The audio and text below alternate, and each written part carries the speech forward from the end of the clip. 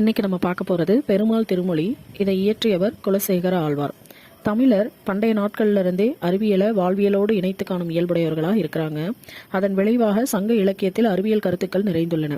அதற்கு இணையான பக்தி இலக்கியங்களிலும் அறிவியல் கருத்துக்கள் செறிந்திருக்கின்றன. அப்படிங்கறத தான் இந்த பாடல்ல நம்ம பார்க்க போறோம்.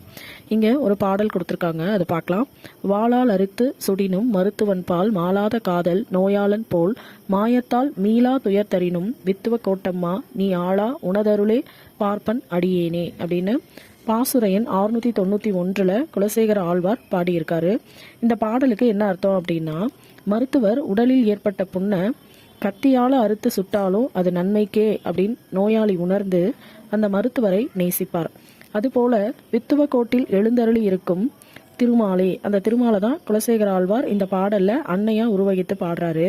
வித்துவ கோட்டில் எழுந்தருளி இருக்கும் அன்னையே, அது போன்று நீ உனது விளையாட்டால் நீங்காத துன்பத்தை எனக்கு தந்தாலும் உன் அடியவனாகிய நான் உன் அருளையே எப்பொழுதும் எதிர்பார்த்து வாழ்கின்றேன் அப்படின்னு குலசேகர ஆழ்வார் ஒப்பிட்டு பாடியிருக்காரு.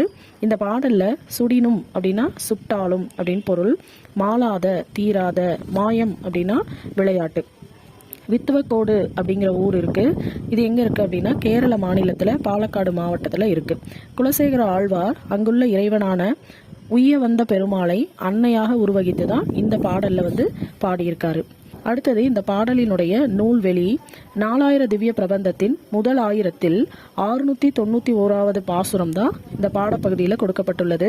பெருமாள் திருமொழி 4000 திவ்ய பிரபந்தத்தில் 5ஆம் திருமொழியாக உள்ளது. இதுல 105 பாடல்கள் உள்ளன. இதனை பாடியவர் குலசேகர ஆழ்வார். இவருடைய காலம் 8ஆம் நூற்றாண்டு.